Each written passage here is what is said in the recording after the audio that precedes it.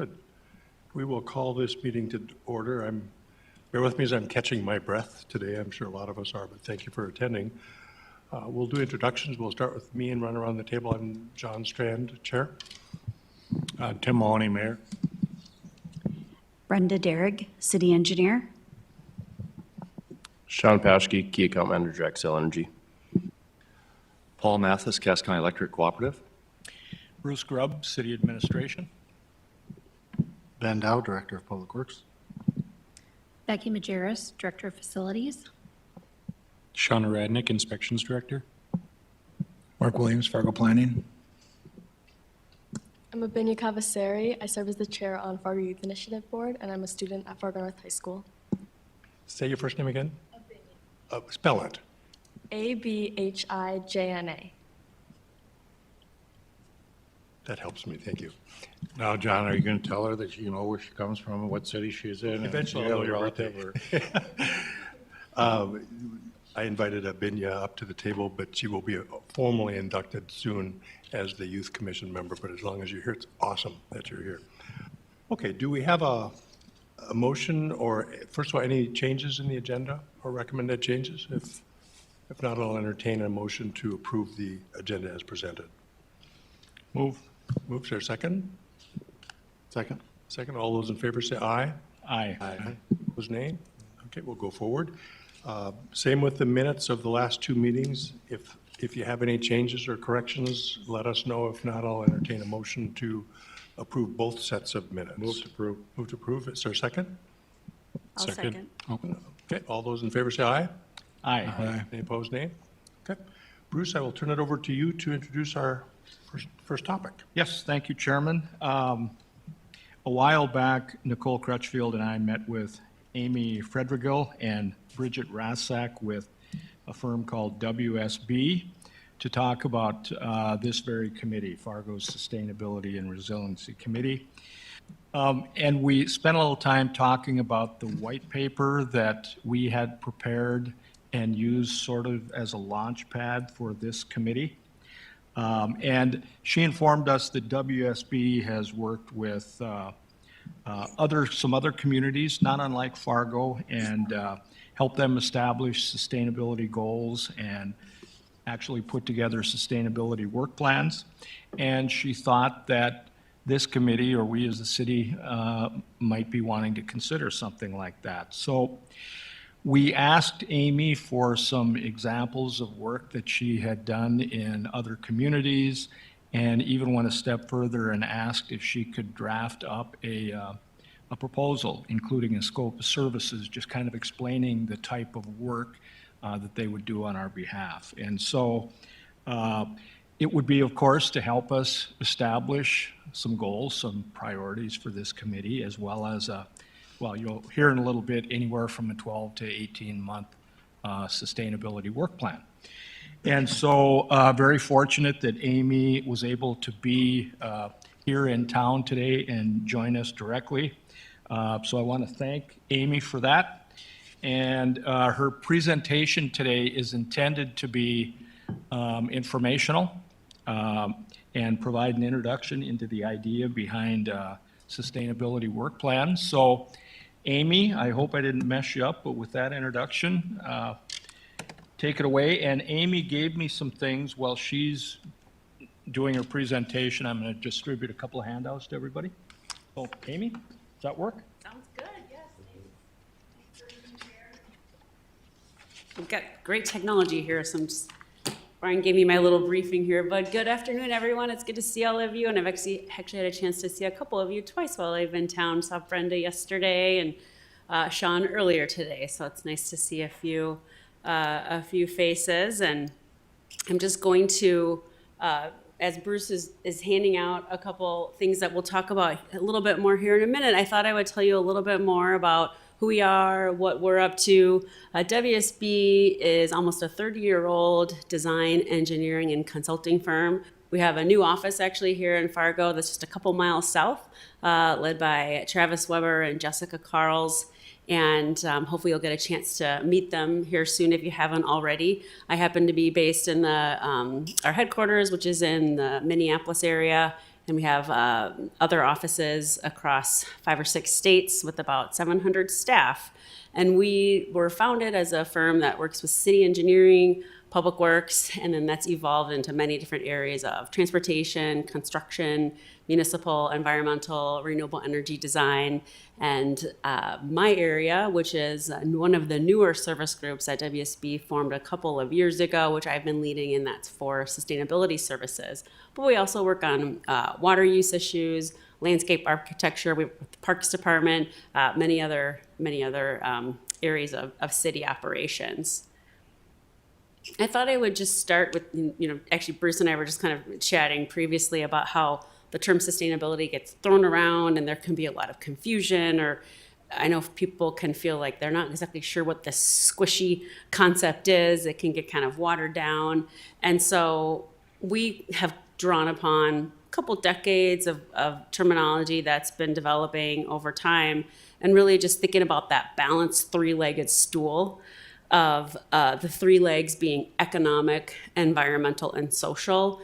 And by virtue of having those 3 areas be really balanced in the approaches you're taking, then your stool doesn't fall over. There's also a time component that is oftentimes thought of with sustainability and best practices, which is not only you're looking at the needs of current generations, but you're keeping in mind what future generations will need too. So there's kind of that, both that short-term and that long-term perspective there. And I've worked with, used to work at Excel a few years ago. I've worked with businesses that utilities serve. I've worked in a lot of different areas. I've worked for state and federal government, and really for all institutions, no matter who you are. You really like to think about what is the business case for sustainability. And it's not just a pie in the sky concept, but how can you reduce costs, reduce risks, meet the needs, the evolving needs of stakeholders, customer clients that you're serving. So here, the residents and businesses in Fargo and the greater area, looking at hiring and retaining top talent. I'm hearing from a lot of groups that I work with an increasing upbeat of folks that are getting interviewed for new roles, that they want to work for an organization that they know is in line with these types of values and thoughts. And just keeping competitive, you're making sure that you're kind of understanding the landscape. And that's really a lot of the information that I have here today, is to just kind of do a landscape scan and see what are some other communities looking at doing, and what might be tailorable or approachable or applicable here for all of you. And so just a couple thoughts here along those lines. It's really interesting that increasingly cities are chartering and commissions committees like yours. They come with a lot of names. Some of them, sometimes there's sustainability or resiliency or environment or natural resources. I'm actually working with the city right now on a climate plan, and that's actually coming up through their Parks Commission, because that's the most applicable commission that works on these types of issues. And so it's interesting to just see the different flavors, some similar, some different, working with some of these types of scopes. And for example, Bemidji just chartered their commission last fall, and they were seated, I believe, in January, and are just getting going there as well. And just lots of different approaches. And I think some of the things that you see, whether a commission or a committee is new or evolving or just trying to do some goal setting, thinking about what are the charters, what are the roles, what is our kind of our swim lane and our guardrails for the work that we're doing, so that we can prioritize. What is our job description vis-a-vis other commissions, other parts of the city overall. And one thing that I think is really great is, for the most part, while we're wanting to stay competitive with other cities and regions, for the most part, there's a lot of collaboration and idea sharing. I'm part of any number of groups of community-based organizations that are sharing ideas for what's worked or what they've learned. Sometimes things don't work, right? That's why we do pilot projects. That's why we try different approaches. So it's a really nice open space of collaboration.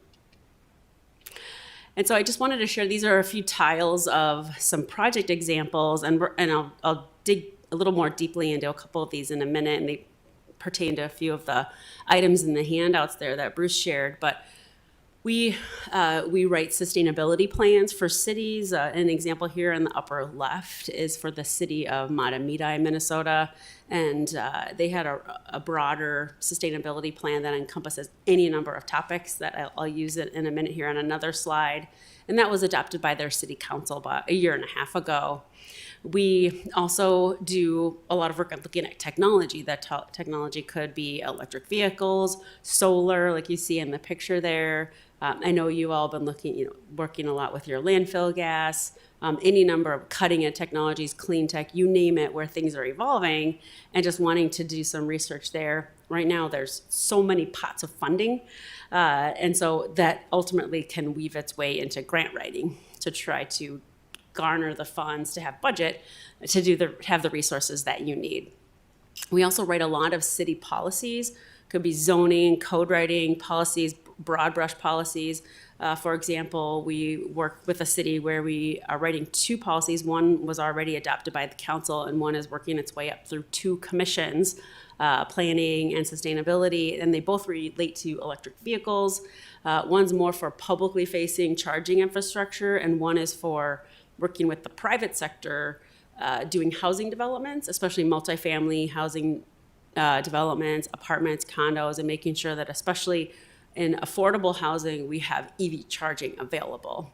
We're also doing some other code writing for the city of Edina, Minnesota, and that's along the lines of solar and EV readiness. We've also looked at utility franchise fees for some communities that we're looking at potentially focusing a newer franchise fee in the realm of sustainability and resiliency, and what could it pay for? Special projects, ongoing projects, did an analysis and a landscape scan there for just what other communities are doing, or what might those projects look like, what might they cost, and where are they going down the road. We also do a lot of stakeholder engagement. For example, in the top right there, we worked for the Department of Agriculture and DOT in Minnesota, where we were looking at a clean fuel standard, and we had 7 different stakeholder groups that we were facilitating: petroleum marketers, the agriculture community, an environmental cohort, 4 other cohorts, and really they were focused on certain issues, and we were trying to understand their thoughts, challenges, concerns, and opportunities as it pertained to clean fuels, biofuels, electric vehicles, things like that. And the last one I mentioned is really the nuts and bolts of, for example, EV charging. We get a lot of questions as new projects are getting developed in the construction and design phase. How do I plan for EV charging? What types of chargers do I need? What types of con do I need? What type of electrical capacity? What are the grid impacts? How do I coordinate with the utilities? Things like that. And so we do a lot of projects helping plan for that as well. And I should say I'm happy to take any questions along the way. We can make this as informal as you'd like. So if there's thoughts or questions, I'm happy. Just raise your hand or stop me, and we can move along at your pace. So this is actually one of the handouts that Bruce passed around there. This is an example of, I mentioned kind of roles, job descriptions, priorities. So this is an example of a project we're doing with another city right now, where they're working on kind of a 12 to 18 month work plan. And what they really want to drill down on is, what are our top objectives? What are the goals? How does this align with the city's strategic plans? Who's leading it? Which is always kind of important, so you're not, kind of doing the right arm, left arm, and not quite sure who's in charge of what. And then sometimes there can be confusion or duplication or conflict. Who needs to be engaged? Do we need to gather feedback or input from any stakeholders, other departments, any other impacted stakeholders? Where do we need to build capacity? That could be staff resources, funding, you name it. And then how's it going? What are our key metrics that we're going to use to determine success, or just evaluate how we're going, so that we can keep this fresh? And perhaps we need to calibrate. Maybe in 6 months, 12 months, 18 months, you look back and say, oh, wow, a global pandemic happened. And, we need to recalibrate our plans, because you never know what's going to happen. So this is a really nuts and bolts version of how we can set things up to have really clear objectives. And so this is, just talking a little bit more about what I think is helpful for communities, and perhaps this is where you're at. And, I'd be curious to know what your feedback is, but how you can just really look out to the next 12 to 18 months and think about what is currently on the books for projects, initiatives, goals, objectives that pertain to the subject matter at hand. Scan best practices and landscape. What are other communities doing, trying? What have they learned? What's worked? What hasn't worked? And having these milestones and metrics. And, I think with a lot of these things, especially with some of these issues that are really quickly changing, whether it's because of technology or policy or funding or state programs that are evolving, there could be staff feedback, departmental feedback, stakeholder feedback, where utilities like you have on the committee here, wanting to make sure that everybody's voice is heard so that you don't look back in 6 months or 6 years and realize that you forgot a key perspective, and then you have some blind spots and need to reconfigure your plans. And then really ultimately, what I think is very helpful is to have implementation plans that are very actionable and not something that'll get dusty on a shelf. I think a lot of us have been to, multi-day strategic planning retreats that end up in a nice fancy document, and they can kind of end up in a PDF or a binder that gets dusty on a shelf and ends up not being something that you can really touch and feel. And that's what I think is really helpful about some of the things that we're trying. The second handout that I passed around is an example of a work plan that we did for the city of Red Wing last year. And this is their 12-month work plan. And ultimately what we did is we took a 5-year climate plan, a 10-year strategic goals, the city comprehensive plan, as well as some other annual or multi-year goals they had. And they were having trouble feeling overwhelmed with all of the things they could do. And then ultimately kind of felt like they weren't getting much done, and would have meetings and a little bit felt like they were spinning their wheels.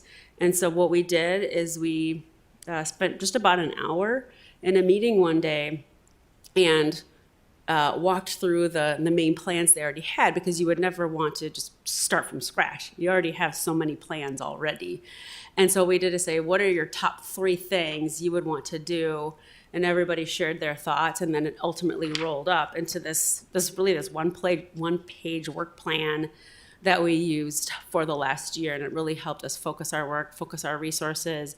You never have enough staff time or budget to go around. And so it really helped the commissioners focus on how they wanted to contribute, and then helped us with our staff time and other public-private partnerships, business outreach, you name it. And, I think one of the things that is also important is to think about, how does this nest with other initiatives in the community? So you wouldn't want to duplicate what another organization is doing. What is MetroCog working on? They're going to be initiating an EV readiness study. There's also Metro Grow underway, other city initiatives. What are the economic development goals? How does it dovetail with business partnerships already underway? And then what's not getting done? And so finding either the low-hanging fruit or an area where there's increasing interest or demand or concerns, and seeing how you can contribute there. And how does that all fit together, kind of a big puzzle, is where I think you can find a lot of efficiencies. So with funding seemingly everywhere, how to start? You could spend all day every day trying to sort through all of the Inflation Reduction Act, the Infrastructure and Investment Jobs Act. Just to name 2 at the federal level, there are other programs coming out through other federal agencies, as well as state agencies and regional organizations and private foundations as well. Where do you start with all of these funds? And what I think is one of the most valuable outcomes of doing the planning that I mentioned here with some of these exercises is it helps you prioritize, and then that's what you can focus on in your research for grant writing, because otherwise you just feel like you're boiling the ocean and you can just be spinning your wheels. So if you decide your goals are to advance economic development through a clean jobs initiative or something like that. Well, is there funding in the Main Street Initiative or state agencies or the federal programs that you can focus in? So it gives you really that prioritization and that focus. So just kind of thinking about what could come next from a work plan or efforts down the road in a year, 2 years, 3 years, 5 years that might be identified in a work plan. Sometimes you're making a plan to make a plan. And so, for example, in your work plan, you could say, in 2024, we would like to start thinking about some of these longer range multi-year plans. And so cities will sometimes call them a sustainability plan, a resiliency plan, a climate plan. We're working with a community right now where they call theirs an environmental stewardship plan. There's lots of different flavors. And so what I wanted to do here is just show you a couple examples of some things that we've seen, and you can see the breadth and the depth and the different categories, topics, issues that are getting covered in some of these. So one is a Matamidi sustainability plan that I mentioned we wrote. A couple others here are ones that we didn't. Colleagues of ours did. Edina had a climate action plan written. Burnsville had a sustainability plan. And you can see they cover energy, travel, waste, water, ecological health, local food and agriculture, green space, water, waste management, transportation, buildings, land use, community health, local foods, fleets, equipments, transportation. This is kind of the sky's the limit. You get to decide what you want to cover. Sometimes communities will start with a few topics, drill down, and then say in the next year or a couple years after that, depending on what they learned in their plan, unpeel another layer and go from there. So this is just a little bit of a sample of what those can look like. And this is kind of stated in another way, the breadth or the depth you can have in some of these plans. And so typically you would say it's a sustainability, climate, or energy plan. Actually, Xcel Energy has a Partners in Energy program that a lot of communities that we work with use to develop energy action plans. And oftentimes you start there with energy. It relates to buildings, transportation. You can get into energy efficiency, sources of energy, alternative energy, and electrification. So electric vehicles as an example. Sometimes communities will expand that to waste, just like you're looking at your landfill. And what are the, not only the impact or maybe some of the emissions from the landfill, but what are some of the opportunities there that you could do to take that otherwise waste stream, turn it into a byproduct, and perhaps it's a revenue stream. And then even more broad, as I mentioned, some communities look at water, ecological health, biodiversity, communities. So there's many different ways to do this, and also with various timescales. So some communities, actually this is a slide that talks about that a little bit. You can see the 5 years, the 9 years, there's 3, you see 3, 5, 7, 9, 10, lots of different numbers of years that you can look at. You have more certainty in those front years, of course.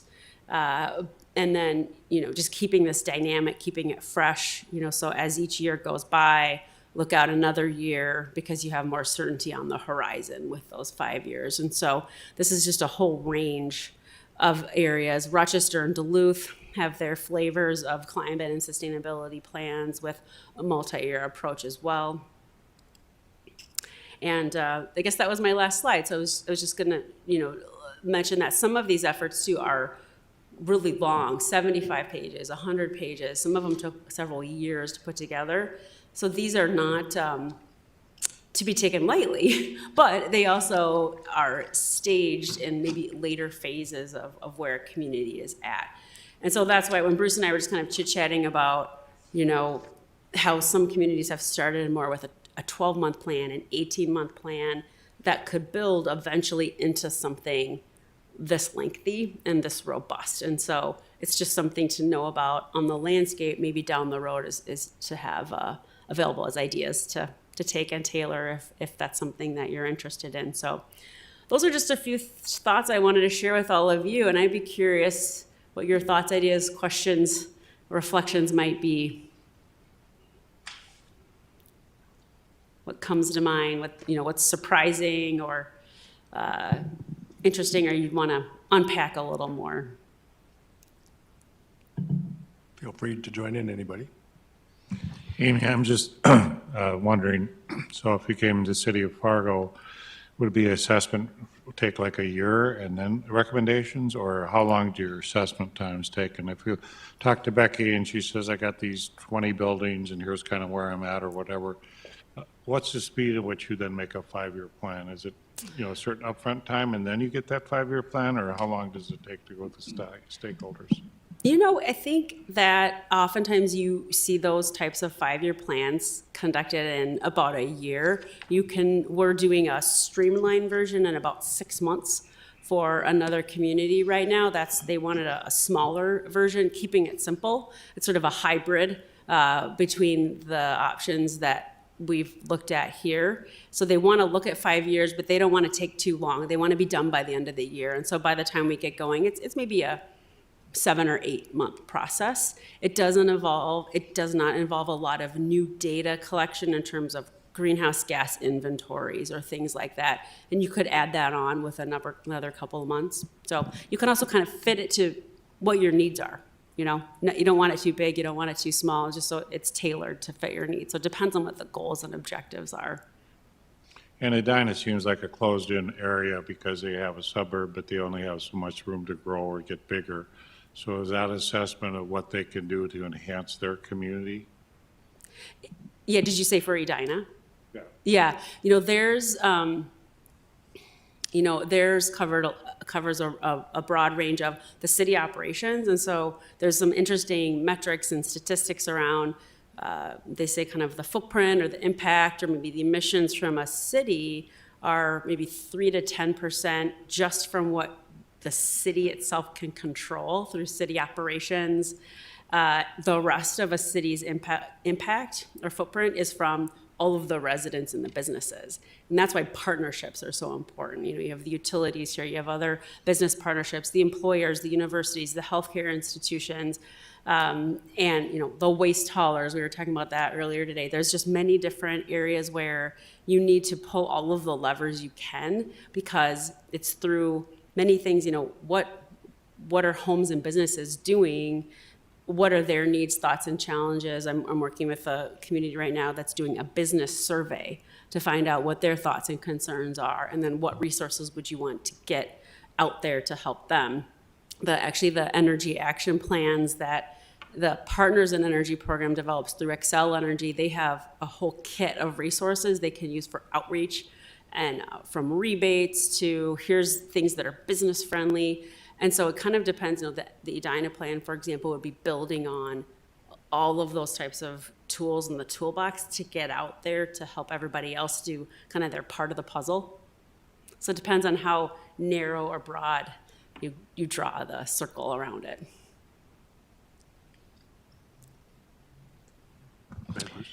Mr. Chair, yeah, when Nicole and I, we actually met 2 or 3 times with Amy and her team, and Nicole and I kind of like the sounds of things because it just occurred to both of us that we really, as a committee, haven't established any definitive goals yet for this committee or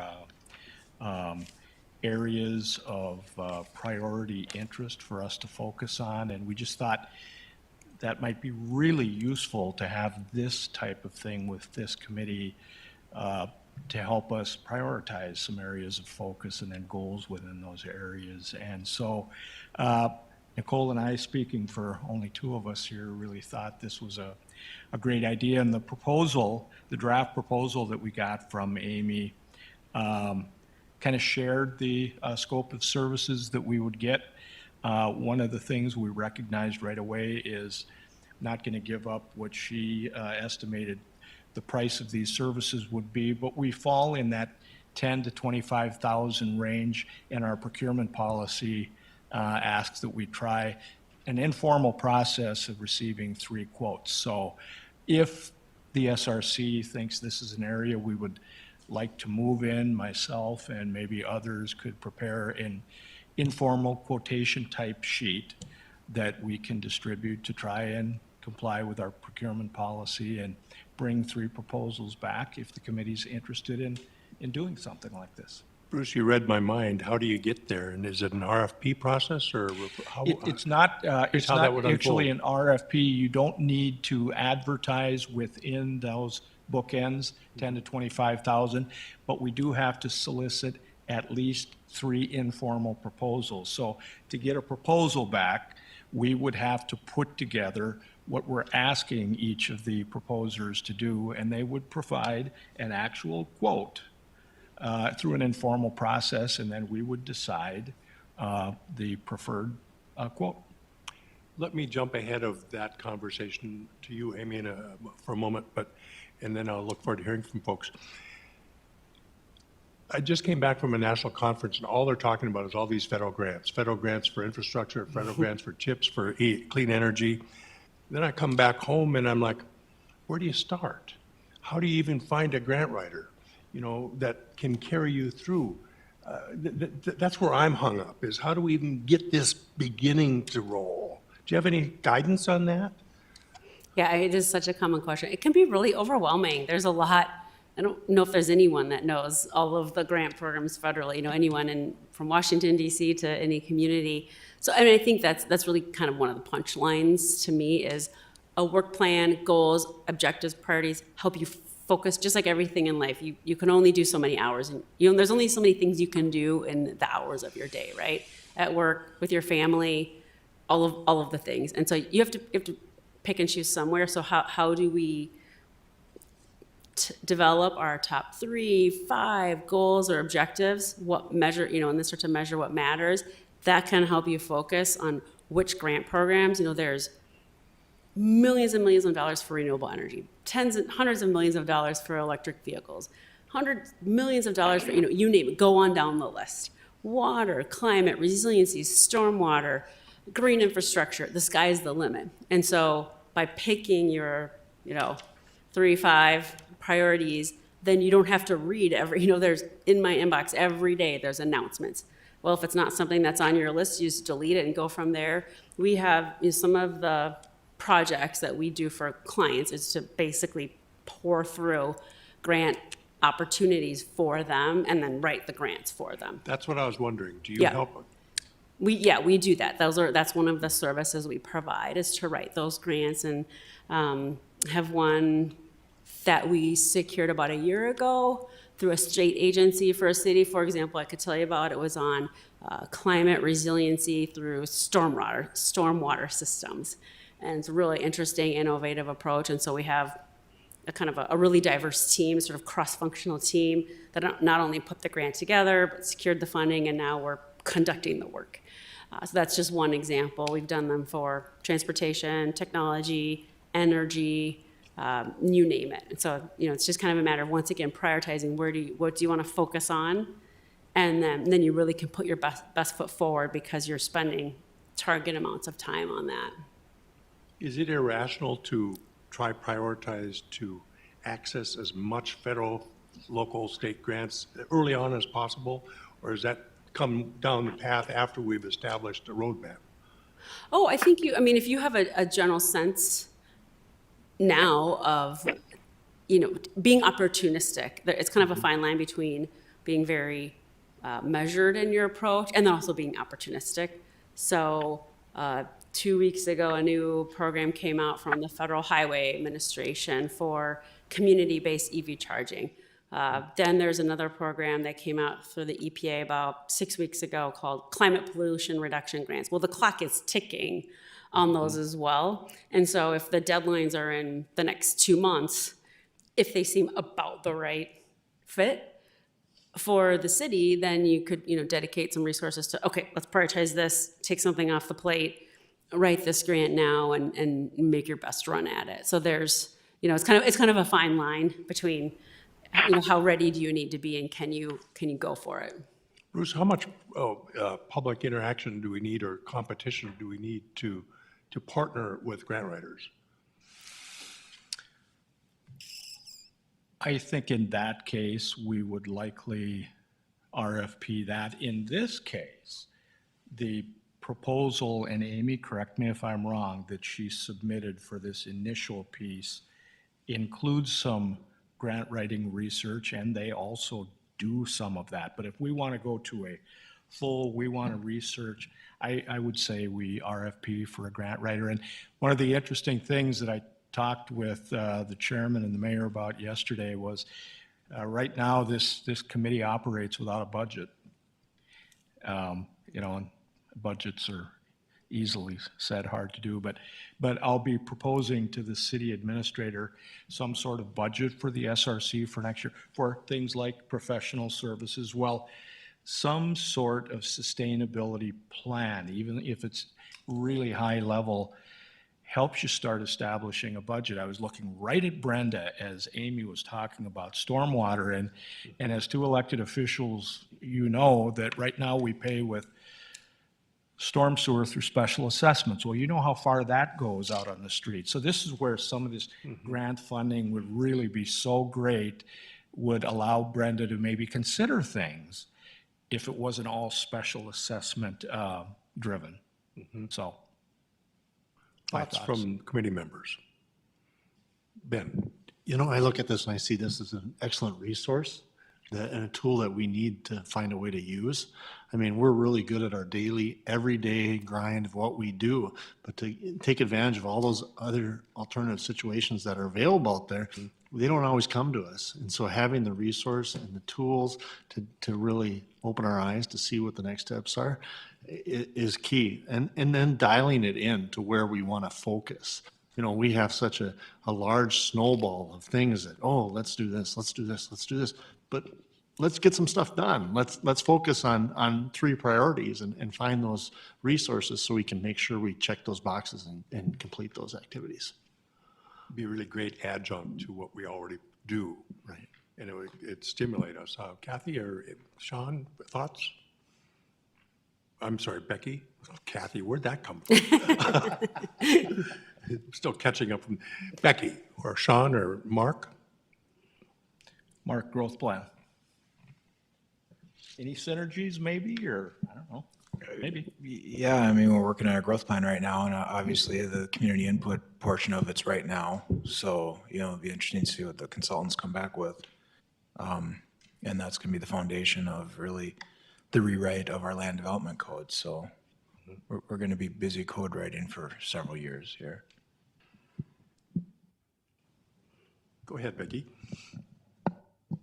I was just going to say, excuse me, when it comes to facilities projects, you know, we look at the alternatives, but I do partner with my subcontractors, and we look at how can we introduce sustainability within the project, and does it make sense financially? Because I know that's a big concern. So, you know, anytime I'm doing a project, we are looking for that direction without just, you know, shooting from the hip. Anybody else? Go ahead. Ben, go ahead. I think we also got to look at some of our key partners at our table here. And some of the things I've been digging into is some of the pollinators and the gardens and stuff. And I know Mr. Leaker over there, his group is doing a lot more than anybody even knows about in this room, and how many projects they're taking on and the grant dollars they're getting that I'm learning about and how we can participate in that. And so we already have some key members here that are doing some of this stuff, and we're not even seeing it or hearing about it. That's a great, if I could just build off of that point, that's really helpful, because that makes me think of a project where actually, because of this work plan that we have, the pollinator plantings here, what happened for that project is the chair of the commission, I'm not suggesting any of you really want to do this with your nights and weekends, but in this instance, this is what happened, is to leverage projects already underway. The commission dedicated, I think it was $500 for this gentleman to go buy some plants and fertilizer and build a pollinator garden and rain garden for this town. And he was donating his personal, evenings, weekends, time, of course. I'm not suggesting that's necessarily a replicable model here. But my point is more of that, through maybe looking at what is already underway. Or, Matt was just talking about with the growth plan and the zoning work, code writing that's going to be unfolding for the next couple of years. How might you want to look at that with an overlay of some other issues on the horizon? If there, it's like, while you're pouring the parking lot, lay the conduit for the future EV charging. That's my best example. So just being really opportunistic about things that are in front of you right now, because they're definitely cheaper to weave them in. It's more efficient to weave them in together up front instead of kind of redoing things in the future. And once again, so setting a few goals could help you identify, so what are those things that you would want to be opportunistic about? Well, and that's one of the things that I've unveiled is we've dug into these pollinators, and I've talked with the park district, and, some of their issue is funding. And so how can I help that out with public works dollars to see these projects get moving and the bigger projects take place? And that's what we're working through right now with Sam. And I don't know if Sam has talked to you about it much, but I've been meeting with Sam already, and we're going to make that move and start that process. And so, but they already have some great grant opportunities that they have exposed to them. It's just a lot of the city share or the local share. And so let's get this done. Let's move it forward and do a little more. I'm guessing, I'm not an expert at all on grants, but I'm guessing if you have partners in your cross jurisdictions, that would carry out quite a bit of weight potentially. When you have the schools, you have the parks, you have the cities, and MetroCog and so on, but I would guess that would really help fuel us. Yeah, the grant, thinking about kind of combining both of your two ideas, this kind of comes down to grants too, the layering. It almost looks like a layer of pancakes sometimes when you look at larger public projects. Oftentimes there's 2, 3, 4, 5, 6 grants or other sources of funding coming in to make these bigger projects come to fruition, come to life, or you're taking advantage of maybe another project was underway, whether it's the parks or the schools. Or another project I was working on there was a grant from a local utility to help underwrite a portion of the cost. And so by having those public-private partnerships is another way to make some things happen. Anybody else? Bruce, what's our suggested action to consider today? Well, what I would like to ask for the committee's consideration of is seeking 3 informal quotes to bring back. Have a look at those and see if we can make a selection and get started. Also know what we're looking at for a budget. And even though the SRC currently doesn't have a budget, what we've been doing in cases where we need some funding is because the city landfill with their methane collection and sale, they've been good enough to help jumpstart this committee because there's so many synergies with the solid waste utility here. And Scott Olson is in the room and has agreed to do that again to get us through the end of the year, because I convinced him I was going to approach the mayor for an actual budget for the SRC for 2024. So Thoughts? I would make that motion. We have a motion? Because I do think we have a lot of great ideas, and if we can bring someone from the outside to help us focus those goals and get to those top 3 goals, that's gonna help those cogs start moving in a direction of then we could look at some potential grants. So we just need to kind of get someone to come in and help. Start. Correct.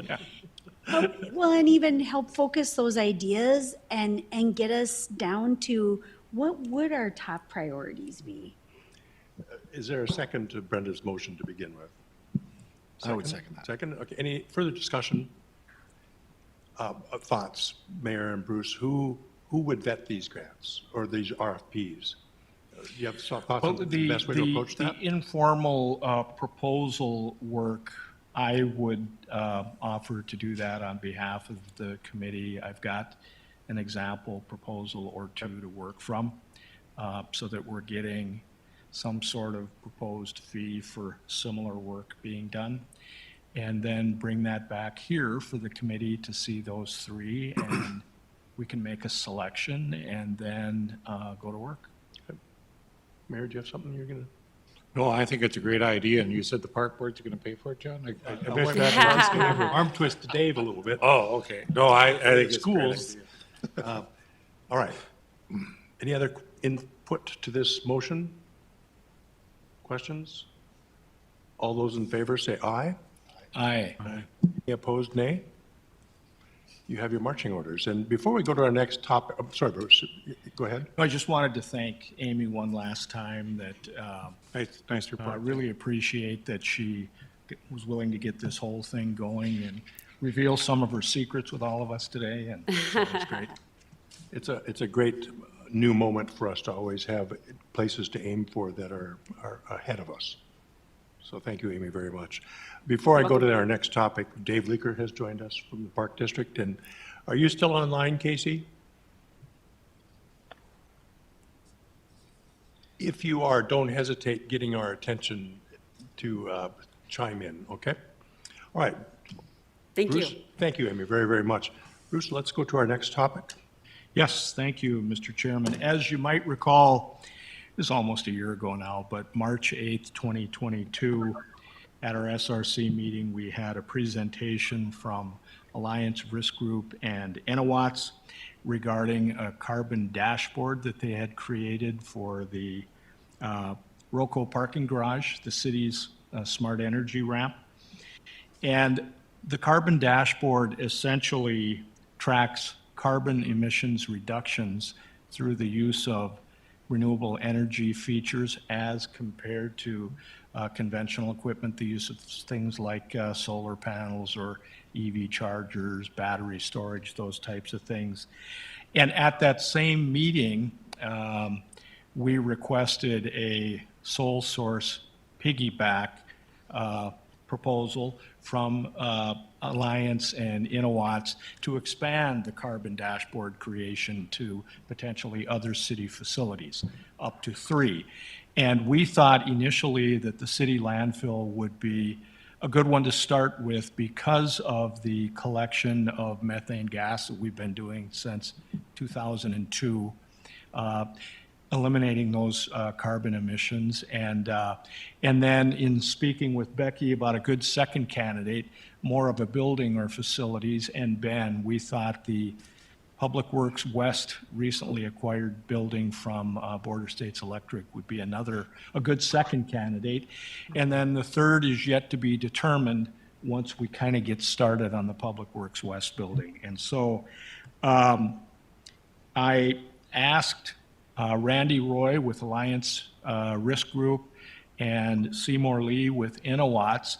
They've completed the creation of the landfill carbon dashboard, and so I was kind of excited to get them here in front of this committee to give us a little demonstration on that, since we gave them the authorization to put this together. And so, Randy, are you alone today? Is Seymour with you? I am alone. Seymour is also on the call, though. Is on the call, okay.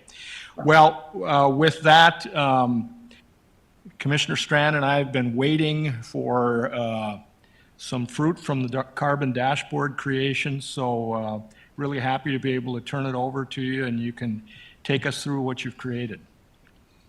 That sounds great. Thank you very much, and thanks to all of you for inviting us to be here today. Can you all see can you see me? I'm not sure what you can see and can't see. And if I share my screen, will you be able to see that? We can see you just fine, Randy, so I'm hoping if you screen share that it'll pop up for us. And how's that? There it is. All right. Okay. So thanks again, everyone. My name is Randy Roy. I'm with the Alliance Risk Group. And Seymour and I have been working for quite some time on this landfill carbon dashboard. What I want to do today is walk through some of what we found. Of course, there are some next steps. And my focus is really going to be on the numbers that we've uncovered. And I'll, forewarn all of you, I'm an energy economist. I've been an energy economist for my entire career, and I love numbers, but I've found that most of my audiences don't really like those numbers as much as I do, so I've tried to boil the story down.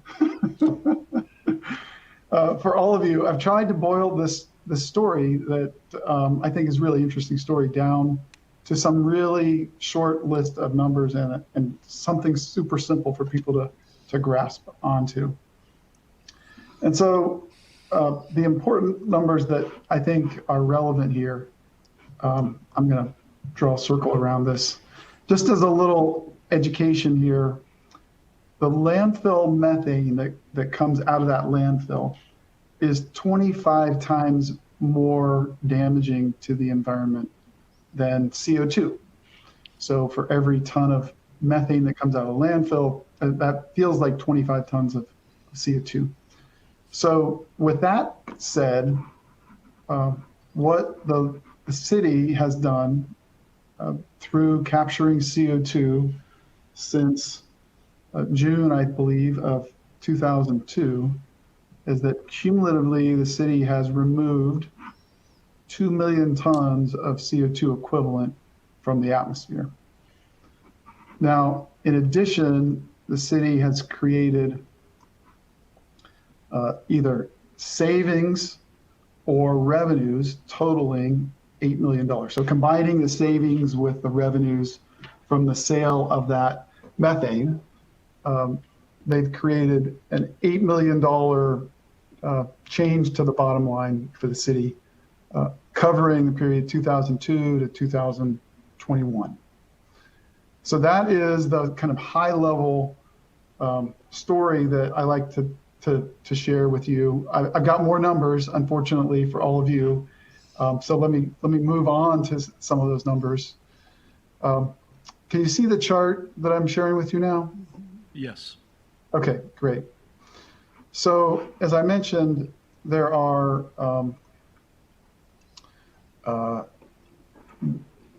the destruction of CO2 over the last 20 years approximately has resulted in about a $2 million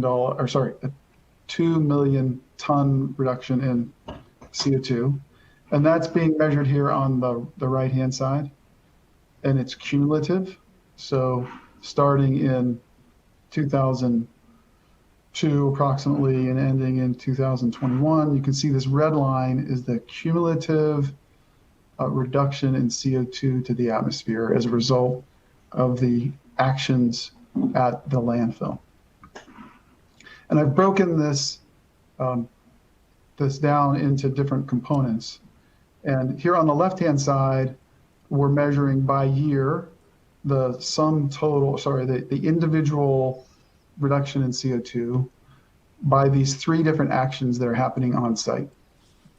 First of all, this area under the blue line, this area in blue, represents the CO2 reduction as a result of selling landfill methane to Cargill off-site. And just in case all of you don't know, the city is selling landfill methane to Cargill, who is blending that with their own natural gas supply and using that to fire a boiler at their operation. And as a result of that, for example, in 2005, that led to 50,000 tons of CO2 that did not get emitted to the atmosphere because that methane got burned by the plant at Cargill. So that went along very nicely until 2007, when someone said, hey, we can do a little bit more here. It looks like we've got some more landfill methane. Let's add to that a generator.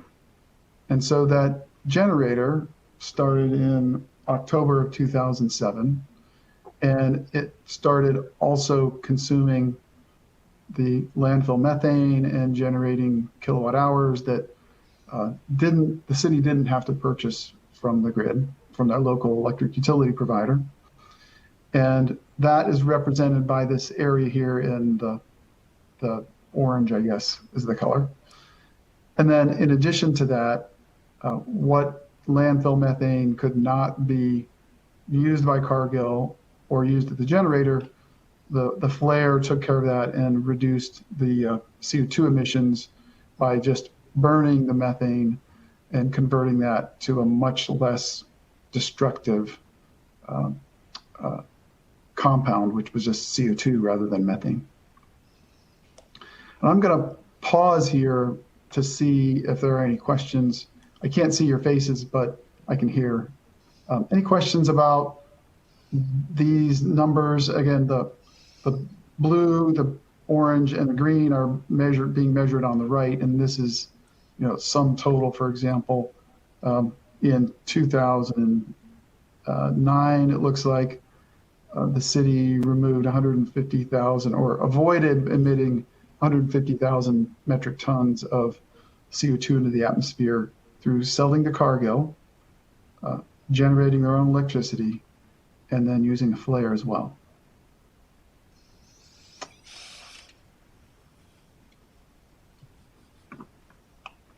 Okay, I'll move on to the next slide.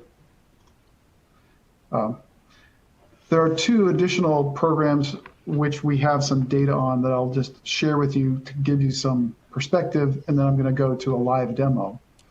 So the city's also has a streetlight program where the streetlights are being replaced with LED streetlights. And through 2017 to 2021, the city's been adding to those LED streetlights and continuing to increase the amount of reduction in CO2 from 1,000 tons of CO2 per year in 2017 to over 1,600 tons of CO2 reduced in 2021. And as a result of that, the city saved significant dollars in annually from that reduction. The traffic lights, we weren't able to get as much data, but as of 2021, the city's reducing annually 1,500 tons of CO2 and saving approximately $200,000. Both of these programs are not completely saturated. I believe the streetlights are approximately 40% saturation, so there's a lot more room to grow and continue to reduce more CO2 and save more money.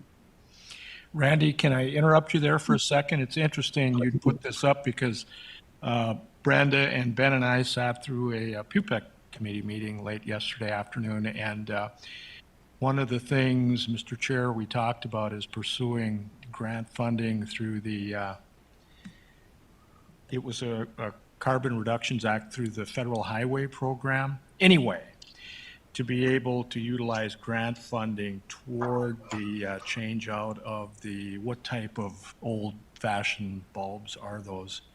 Sodium something? But anyway. High pressure sodium. High pressure sodium. High pressure sodium. I think that's what it is. Anyway, the point is that I was really impressed at the meeting that we're trying to take advantage of a rather significant funding program for this very purpose. It's, LED lights are getting better and better every day, and they are more efficient, they cost less, and so the payback for street lights and traffic lights has been getting significantly better. In fact, a number of utility companies have stopped providing rebates for lights, just generally, because the payback is already so good. There's no additional incentive required to make that happen. LED lights are an area where I think, there should be a really good payback. And if there's some grant funding available, then I would say these two programs are, in my mind, they would be at the top of the list after the landfill, of course.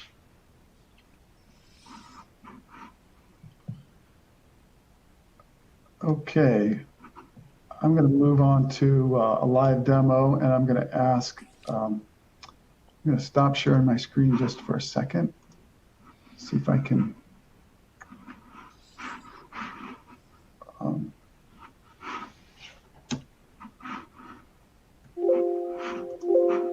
Oops.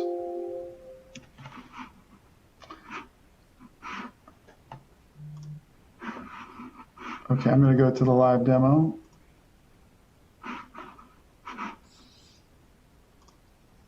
Bear with me.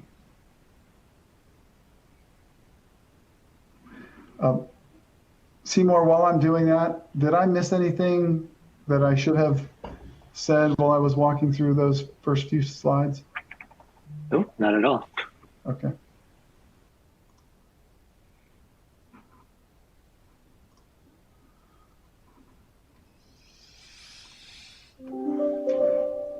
Oops. Okay, I got it.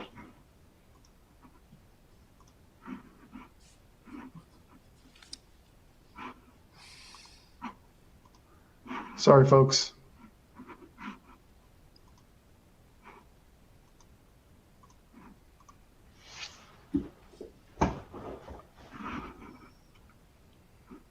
Okay. Can you all see the screen where it says the city of Fargo, far more, and essentially that same slide that I showed in my slide deck? Yes. Okay, fantastic. So as Bruce said, there were really three areas we were, thinking about focusing on. And so the dashboard is really, for now, focused on this landfill CO2 reduction, and both cumulatively and then year by year. This represents what the city has been able to do and accomplish over the last 20 years. This next part of the slide deck, or the dashboard, will include a similar slide, and hopefully this will be coming on July 2023, but a similar slide for a set of buildings or some individual buildings. So this area is sort of the area that's reserved for what the city's working on now, today. And then there will be a third section, which I guess is not here yet, but it will represent what the city is working on in the future, like EV charging and all the mobile assets that the city has. Seymour, did I miss anything on the demo that I should have gone over? No, you did not. Okay, great. Okay, are you all seeing, let me see if I can switch back to my PowerPoint.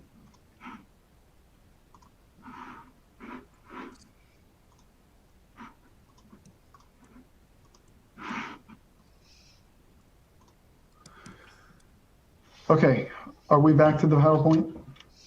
Yes. Okay, great. And okay, just covered the live demo. Okay, so the next steps for the dashboard, and one of the things that has been delaying us quite a bit is finalizing the data from Cass County Electric Cooperative and Xcel Energy.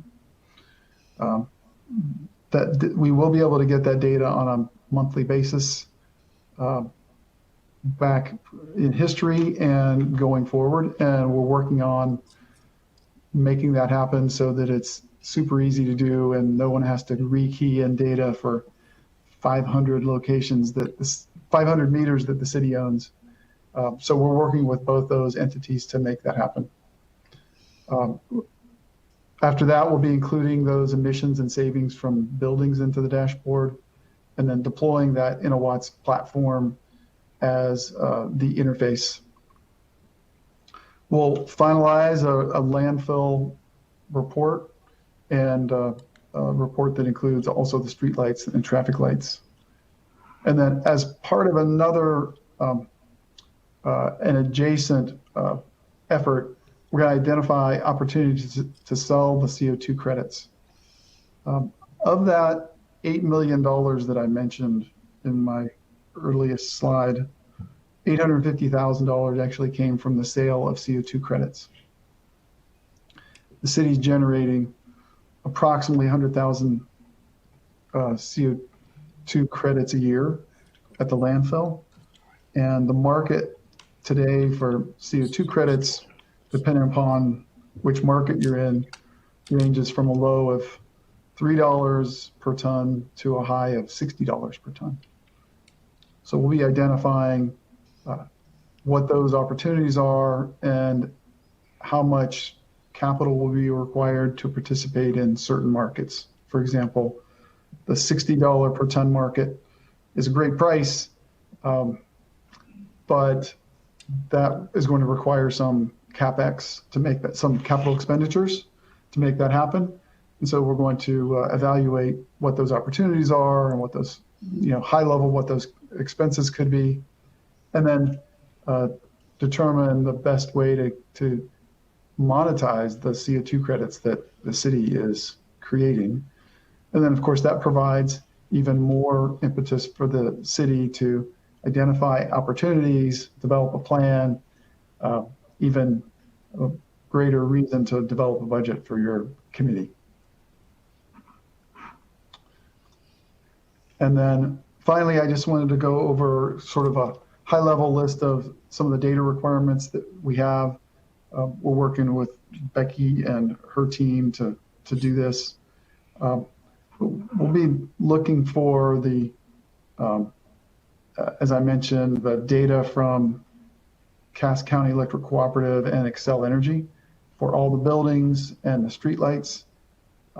We'll have to collect some internal data related to the fleet of mobile assets.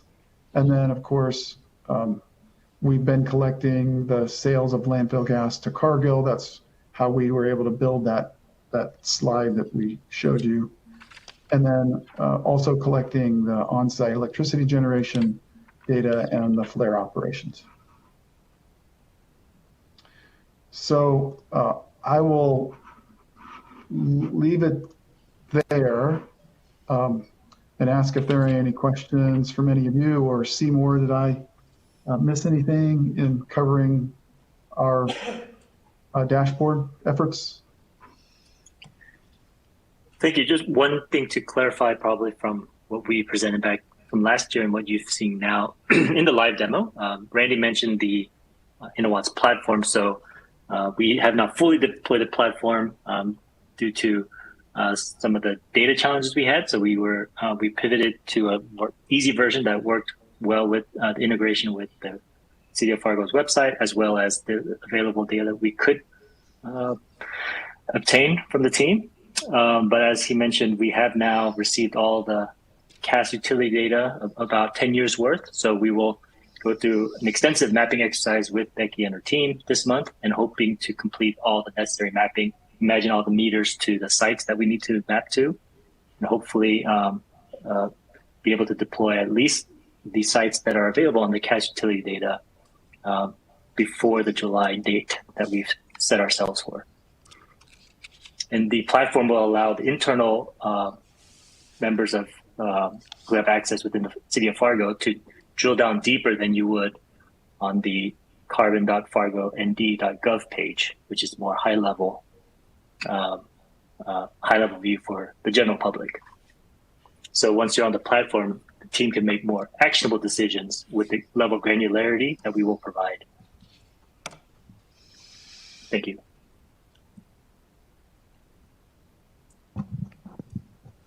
What do you think, Mr. Chair? Is there anything beyond report receiving this today, No, Bruce? this was just to show the progress that we've made on the carbon dashboard at the landfill. Really be interesting to see kind of our second phase project, which I think is still the Public Works West building.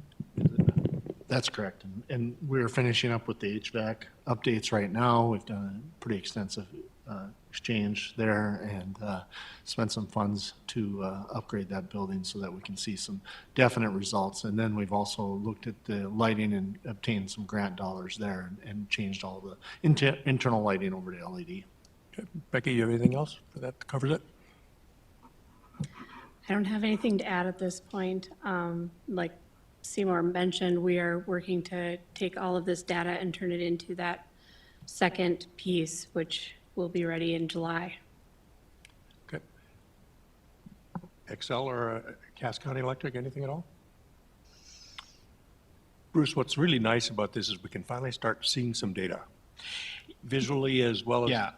capturing the and data. I thought that the committee, I was just talking about trying to put together a budget, the fact that we now are aware that it's possible that the CO2 attributes have a monetary value to the city of Fargo is really exciting to help fund what we do.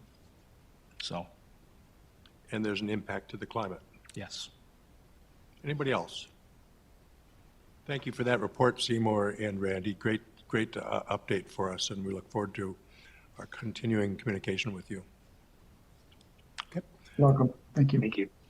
All right, our next item, you're all aware of it. We've been going for a few months to add some new faces to our team.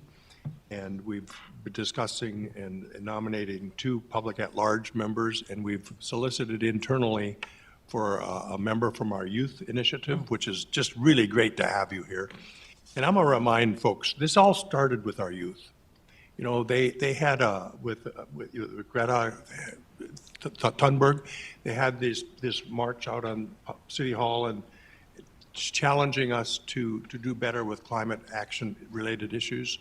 We subsequent to that had a public forum in here just before Thanksgiving, I think 3 years ago or so, 4 years ago, and the room, it was astounding how many people showed up. So the voice of our young people is going to be important.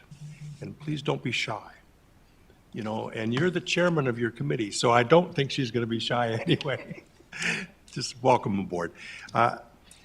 Mike Williams would be our public at large, and Zoe Absey and Julie Baumelman, who has also great experience with, and Transit will fit well here, with grant writing, and Abhinya.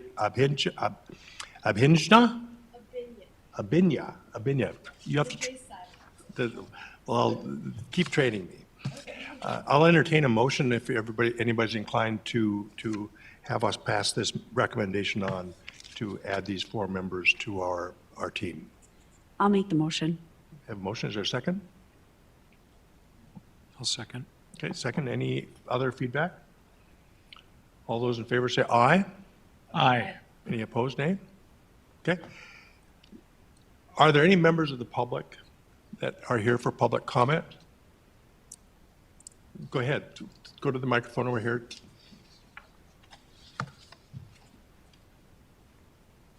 Unfortunately, the individual that I came directly to thank stepped out of the room.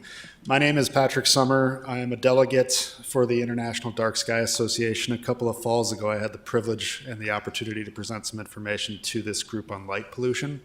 Over the last couple of years, that problem hasn't gotten any better. In fact, it's gotten a little worse. Back then I used to quote 2% average light pollution growth per year. The average now is considered to be around 10% due to recent science. LED lights are a fantastic opportunity for cities. A lot of communities have overlit things in many cases, up to 5,000-6,000 Kelvin output bulbs, when the standard for a healthy lifestyle and healthy plants and humans is about 3,000 Kelvin or lower. But this year I decided to get a little more active after some COVID time off. And International Dark Sky Week is next week, the 15th through the 22nd, coincides with Earth Week and Earth Day this year. As part of the efforts to do some education both online and with the local colleges, I reached out to the mayoral staffs of Fargo and Moorhead, and they were kind enough to sign a joint proclamation supporting Dark Sky Week. along with the tenets that we like to talk about, the health benefits, the agricultural benefits, the cost savings and carbon reduction benefits of reducing light pollution. It's a whole nother world at night, and a lot of us are used to seeing things from that daytime lens. Just wanted to come here and thank the mayor for that, but also all of you for a couple of years ago listening to me talk about that, Commissioner Strand, a couple of others I've reached out to over the last couple of years, really only getting started in this effort. So thank you again. If you have time, MSU, the planetarium on the 22nd, we're going to be hosting a couple of screenings of some documentaries, and ground conditions and weather permitting, we're going to have a star party out at Buffalo River State Park on the evening of the 22nd. I know the water's rising. I know that's going to be headlines the next couple of weeks, but take some time at night, look up, appreciate what you have up there, and how we can make the city a little bit more beautiful and sustainable by managing our nights. Thank you. Patrick, thank you for your advocacy. You know, I look at lights completely differently lately, and you're part of that impacting me. And if we can impact everybody to look at what we do and what our impacts are, our reach to others, it all adds up. So thank you for contributing the way you do. All right, last thing I'll just note, you saw the mayor in his yellow vest. You know, you see some of our folks heading out shortly to another flood meeting. Fargo's, we don't know it necessarily all the time, but we've been engaged as a city and a community with flood climate mitigation issues for years.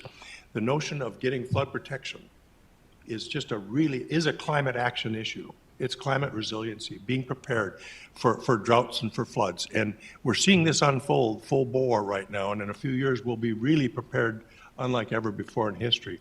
But this is a good example of us, without getting political, with the words we choose, with us just acknowledging what's happening on the planet and doing our level best to be prepared for these changes which are unfolding.